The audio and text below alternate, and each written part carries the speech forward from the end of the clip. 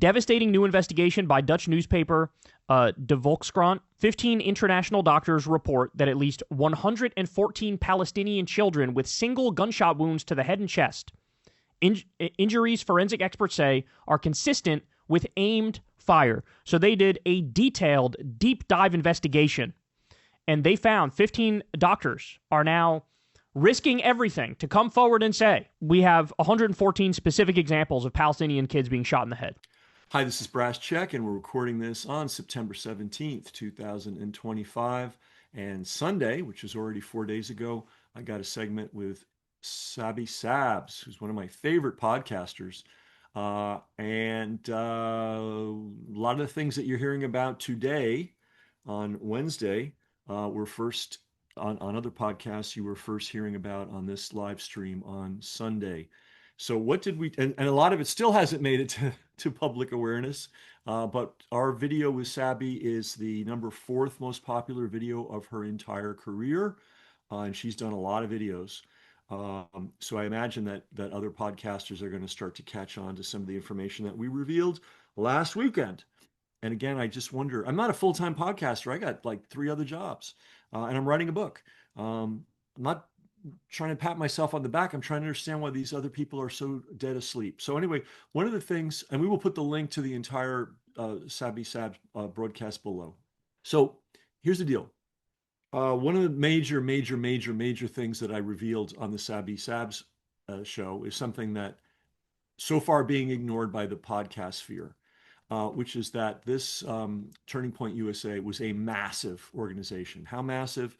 Their annual budget was $80 million. Now, why are you hearing that from me first when all these great investigative journalists are out there? I don't know. But anyway, this is just the facts, and not the hardest thing in the world to find, and kind of significant. So he was not just a podcaster, he was a podcaster on steroids times 1,000. That organization that he was the front man for had over 600 employees. Okay. These are things that people really should have been told on day one. And the fact they're not being told, even among the conspiracy people, I find very, very strange. Oh, and the funding, it's anonymous. All right. And many of the checks come in at 1 and 2 and 3 and 5 and whatever million at a time.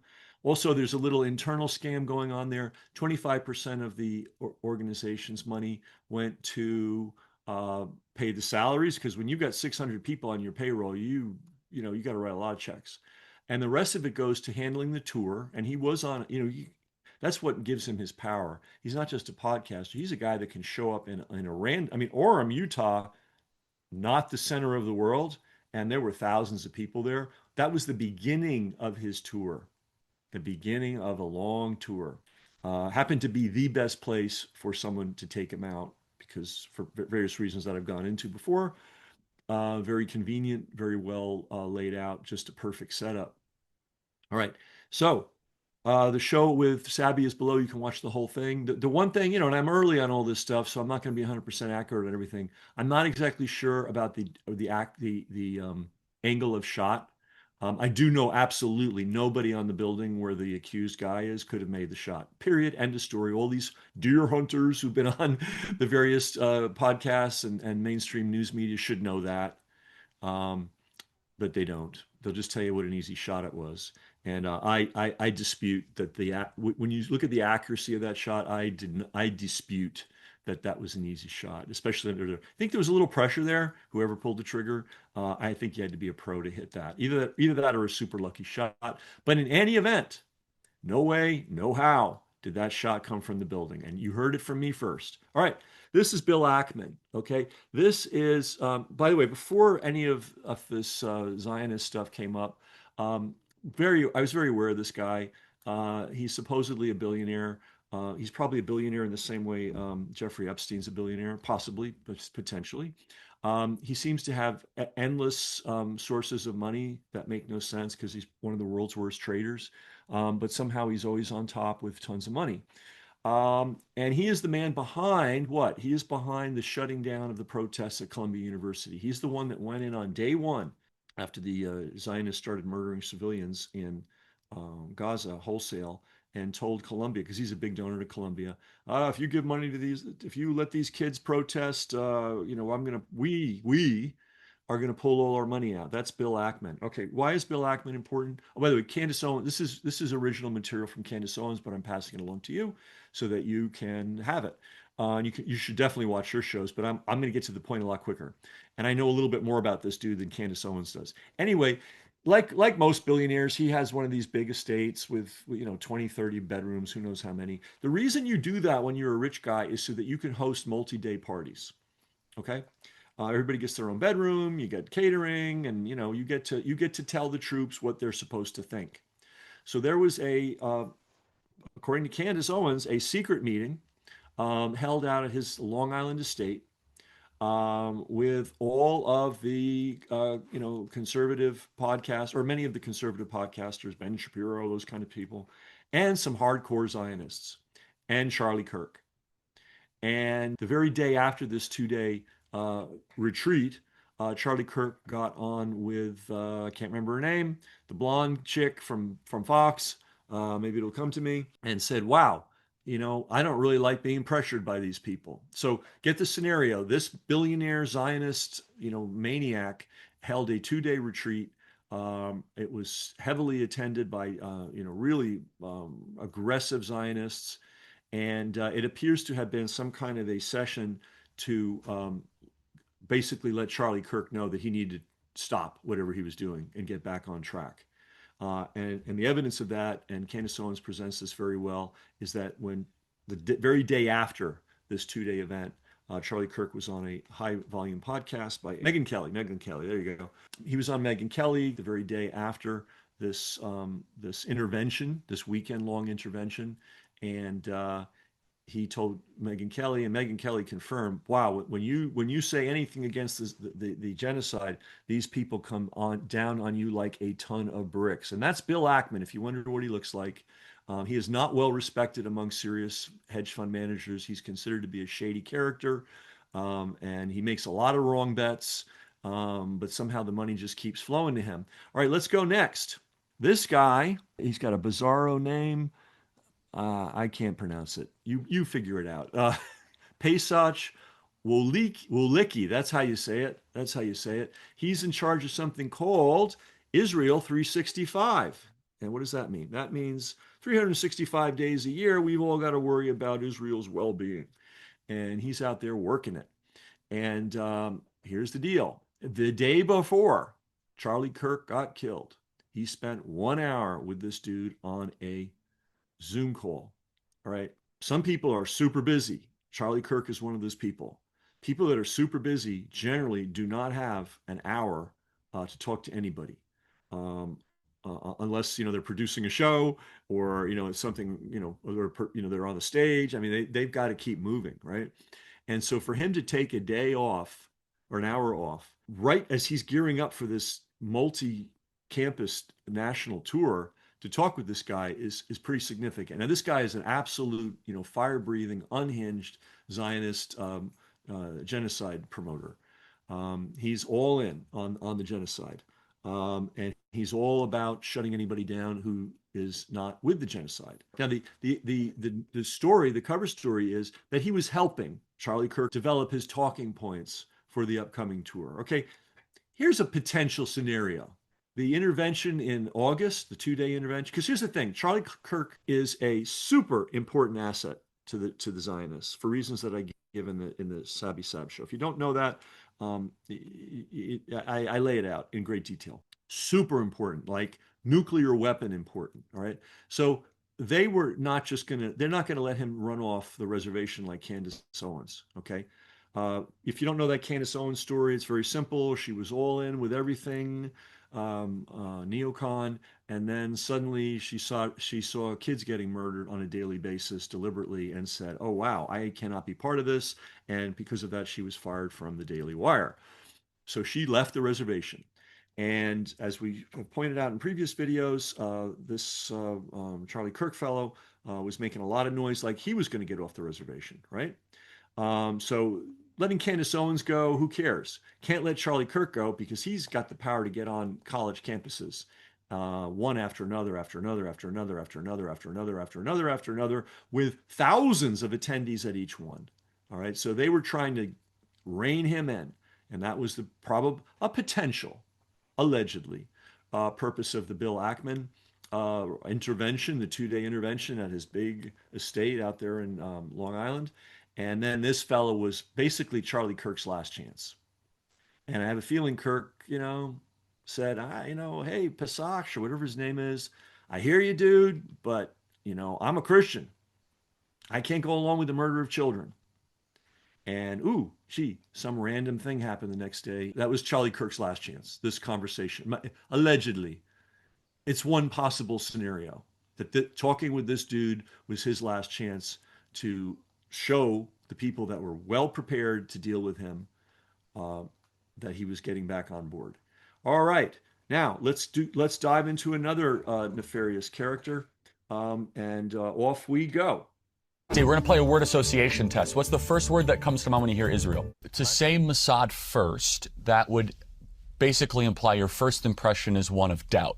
I talk about return on investment. I think that's an interesting way to frame it. The supporters of Israel will say they're doing a lot of America's dirty work, from intelligence gathering. So when you guys find out, and I don't know if you're aware of this, but when you find out that we're basically every year we send about almost $4 billion to Israel, does that make you upset, or do you understand it given that they're under sort of crisis ongoing?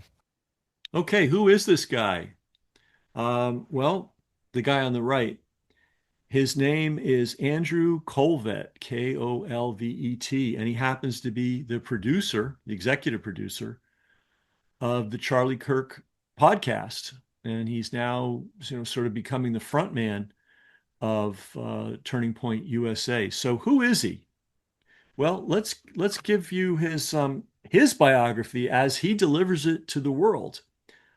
He says that he worked for Mark Burnett. That's the same guy that created Celebrity Apprentice, Shark Tank, Survivor, The Voice, all those shows.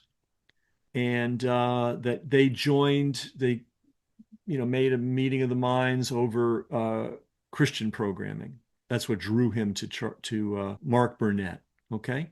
What else does Andrew Kolvet say about himself? Well, he says he was born and raised in Nevada, and he's a 5th-generation Nevada rancher.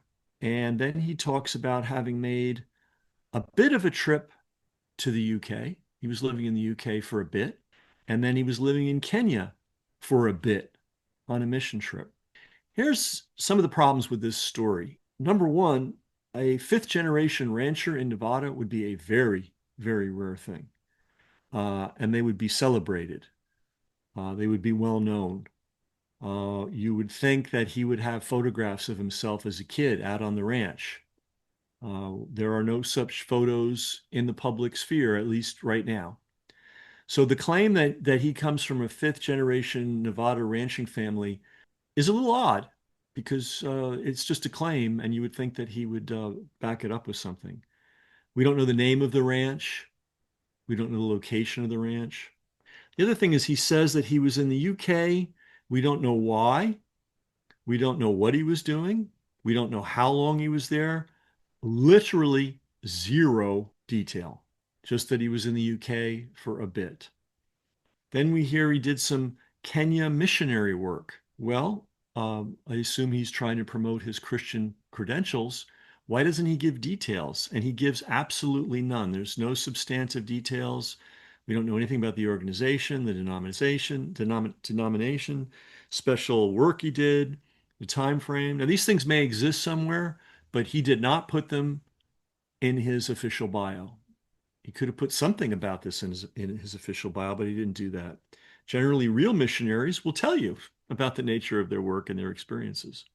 So we're meant to believe that he went from being a 5th-generation Nevada rancher via a university in Washington. He ended up working in Hollywood with Mark Burnett, very high-level operation. But in between that, he spent a bit of time in London and a bit of time in Kenya, but he's completely vague about the whole thing. Let's take a look at a historic picture that some of our listeners and viewers may find interesting to look at. the man on the right is James Jesus Angleton, and he was the head of CIA counterintelligence for 20 years. And we've done ample programs about him. He is in our book, JFK and RFK's Secret Battle Against Zionist Extremism. He himself was a WASP, Yale graduate, prep school graduate, but the Israelis considered him the number one Zionist in America. And he, in fact, was one of the founders of the Mossad. And one of his jobs at the CIA was to maintain relationships with the Mossad, the relationship with the Mossad. The man next to him is Meir Amit, or Amit. And he's dressed in cowboy outfit. He was the director of the Mossad for global operations from 1963 through 1968. Now, those just happen to be the years that John F. Kennedy and Robert F. Kennedy were assassinated, but that's not necessarily any kind of a connection, but I just note the dates. Anyway, he made frequent trips to visit Angleton, and he loved the cowboy lifestyle. He loved the cowboy hat. He loved the bolo tie. He loved the big belt. He loved the cowboy boots. I'm just saying. We had this guy, Andrew Colvett, who, by the way, is the voice of Israel within the Charlie Kirk organization. You saw him in operation. He basically sat there with Charlie and kind of, took over, basically. He makes a claim about his ancestry, which is extreme, may be true, but it's not necessarily plausible. And the vagueness of the claim is suspect, and the vagueness of the time he spent, quote, in London or in the UK, and the time he spent in Kenya, very, very, very sketchy. But anyway, he has been a very, very, very important factor in Turning Point USA. And let's now take a look at one of Turning Point USA's biggest sponsors. This is sort of not news to anybody who ever listened to the Charlie Kirk show, but it's this company called YRefi.com. YRefi.com. Let's take a look at their website. What are they? They are student loan refinance for struggling borrowers. All right, so you're a kid, you got saddled with massive student loans, you can't pay them, and who do you call? You call YRefi. And these are loans in default. Now, a loan in default is not worth much to the person that's holding the loan. So what this company does is they go out and they buy these loans at a deep discount. Now, may seem complicated, but this is a very common form of business, buying defaulted loans at a deep discount. Then they turn around to the borrowers, the kids, and say, hey, kids, we will consolidate all your student loans and we'll give you a nice low rate of 3.9%. And that looks great.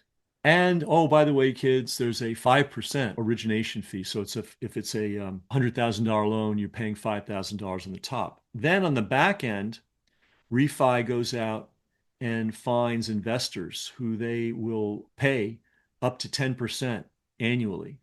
So if you look at this business, it's a little weird. They're lending the money out essentially at 3.9%, and then they're borrowing the money that they're paying these loans for seemingly at 3.9%. This is a little complicated, I realize, as I get into this, but basically two people are being scammed, in my opinion, potentially. Number one, the people that are loaning money to this company, because the math just doesn't work out. You can't borrow money at 10% and lend it out at 3.9%. And by the way, the state of Massachusetts has declared this problematic and fined the company nearly $1 million. So this isn't just me talking. The students who are refinancing their loans don't realize that Refi has purchased the loans at a deep discount. So in other words, the kid is still making the payment on a $100,000 loan, but Refi has purchased that loan at a discount because it's in default for $35,000. So I don't know if, not everybody's good at arithmetic, but basically this business takes advantage of kids that are in serious financial problems with their student loans. And the other weird thing about it, it doesn't seem to really make money. And it seems I wouldn't put money in this. No way, no how. It seems to be structured the way a Ponzi scheme is structured. In other words, you promise very high interest, and as long as new investors are pouring in, you can pay that high interest out. But if anything ever goes wrong on the spread between what you're borrowing the money for and what you're lending the money for, you won't be able to pay those investors back.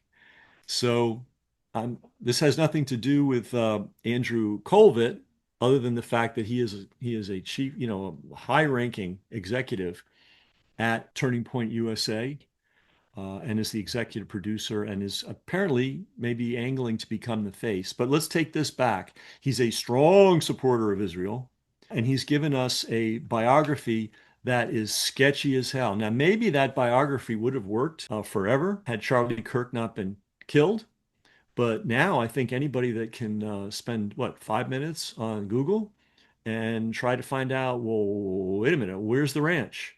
Where was he in England? What was he doing? What was that great missionary work he was doing in Kenya? I think he's trying to fill some years of his life that he doesn't want people to know where he actually spent those years. And it's very possible that when somebody makes a claim that they're a fifth generation Nevada rancher and presents no evidence, an extreme claim, that maybe they are creating a mythology for themselves, a cover story. So who is Andrew Colvett? Well, within this Charlie Kirk world, he's an extremely important person. And now you know a little bit about his background. All right, folks, you may never have listened to the Charlie Kirk show, but it was a daily event. It was one of the media properties. The daily podcast fed the live, presentations and supported the tour and on and on. It was it was a circle. So as you know, Charlie Kirk is dead. So who's going to take over the show? Who's going to take over the show? His widow made a noble effort to establish herself in the legacy, and as you can see, she's out of the picture. They ain't letting her. They're not letting her go in front of the camera on this show. They did a little bit with her around the death, but she's finished. Okay. All right, but here's what the show looked like yesterday or 2 days ago. They've got an empty seat for Charlie, symbolic, and we've got the guy that we were talking about, Andrew Kovac. He's the guy in the middle. He was the executive producer. He was the guy, as we just pointed out a few seconds ago, running the panel in which they were trying to rein in the chapter heads of the Kirk organization, who are not down with Israel killing people and children, and us funneling lots and lots of money to them. By the way, the Zionists are starting to say, hey, we don't need your money anymore. Because they've kind of noticed that that's a problem, that the $4 billion a year going to Israel is a problem. So they're willing to forbear that. They're not willing to forbear the military aid and the military cooperation, of course. But they can come up with $4 billion somewhere else, right? So anyway, that's just a sidebar, but that's what's coming down the pike potentially, because they see they're in trouble. They're looking for what they can do to avert this freight train that's coming down the tracks right at them. That freight train being this huge body of young Christian activists who just saw their hero killed. And believe me, they're not dumb. They have to know. They have to know. The internet's out there for them to see what's going on. So in walks Andrew Colvett, and he's now running the show. He's the guy. Now look who appeared on the third show after Charlie Kirk got offed.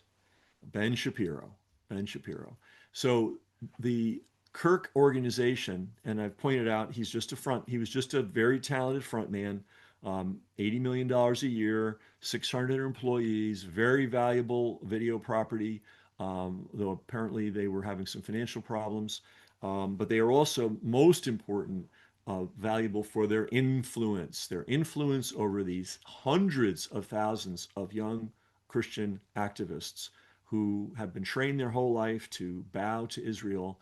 And now they've watched Israel murder children day after day after day after day, and they are not having it. Kirk was not having it, which is almost one scenario. which is why he was removed. By the way, when you look at a crime, means, motive, opportunity. Means, motive, opportunity. Does Israel have the means to infiltrate the United States with a sniper team? Yeah, I think they could do that. Do they have to worry about the CIA or FBI? No, they do. They come and go as they please. They do what they want. Do they have operatives of a very high level that could have pulled this off? Absolutely. That's what the means means.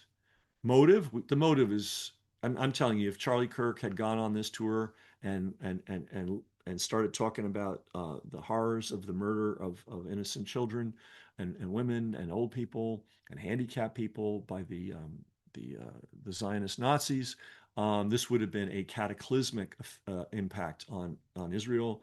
And so the motive, we got the means, that they clearly could do this, and they would get cooperation from many people in the CIA and FBI. We know that now because we're looking at the ridiculous cover-up. They're saying the shot came from a building it could not have come from. We've already talked about that. We were one of the first to talk about that clearly, maybe the first to talk about it clearly. So basically, bottom line, takeover of the Charlie Kirk show, including Ben Shapiro. Right? Think of and now they're talking about Charlie loved Israel. He loved everybody. And one of the mythologies that's being spread around is that, I mean, it has a kernel of truth in it. Number one, Netanyahu and Kirk were personally connected. They were communicating all the time.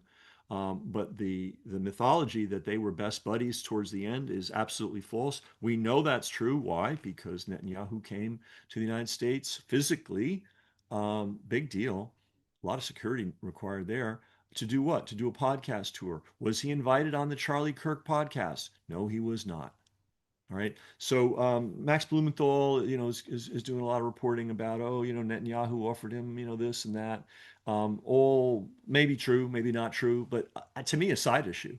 The most important issue is that when this dude came to the United States to do a podcast tour, Charlie Kirk stiffed him. Okay. And Charlie Kirk was about to begin his big, long, multi-college campus tour. And we already pointed out the 365-day Israel rabbi who had an hour-long phone call the day before he was shot. So you get in the picture, guys. You get in the picture. I don't think I have to lay it out anymore. But means, motive. Now, means, motive, opportunity. Right? Well, yeah. Charlie Kirk was standing out in the open in a very unsecured space. Okay, whoever was providing security for him was Keystone Cop quality. Keystone Cop quality. Why did they leave the sides open? They could have, of that tent, they could have easily closed those off. And none of this would have happened. Right? They could have had a drone in the air and they would have seen the guy or guys or whatever on the roof. No, they didn't do that. By the way, he dropped, for whatever reason, his professional security team that had no connections to Israel, by the way, in 2022. Who provides him with security now? Hard to find out. But the guys that were not Zionists were let go in 2022. All right, let's now look. Now, we know for a fact there's no way that the shot came from the building where the guy who is currently in jail is. It's just physically impossible. And we've explained that and explained that and explained that, and it's in a video. You have to look it up. It's crystal clear. The question is, all right, if it didn't come from there, where did it come from?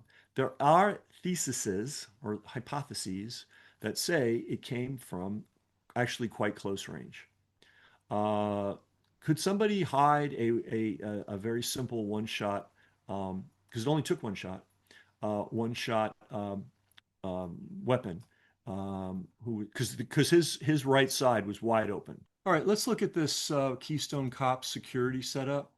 We're going to move the mouse over to the upper right-hand corner to the guy with the sunglasses.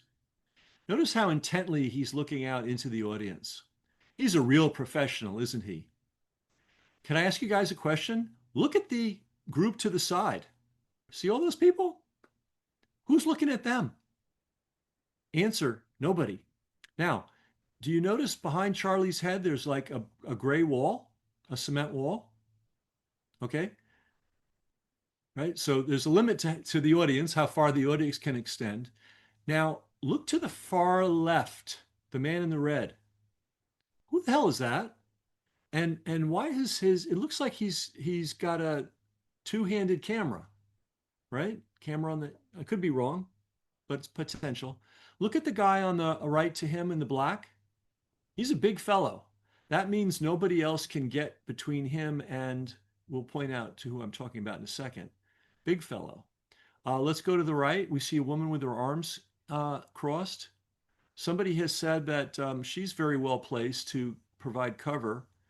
Now, there was a guy in previous photos, I don't know where he's disappeared to, who had a camera uh, that was pointing straight at Charlie Kirk's neck. And I don't see him in this photo, but you can see him in other photos. I don't know where he went. Did they airbrush him out? I don't know. But whatever the deal is, this is the most BS security setup in the world. There should be somebody standing between Charlie and that group of people looking at that group of people because they are a potential threat. Now, we've got the big guy, he's doing some blockage. We've got the little lady, she's doing some blockage. Now look to the right, there's a guy in a black shirt. He's doing some blockage, and then beyond that there's a wall. So there may even be, look behind, who knows about those other people behind him. It could be like a sort of a choir setup. Um, they're all wearing the white hats.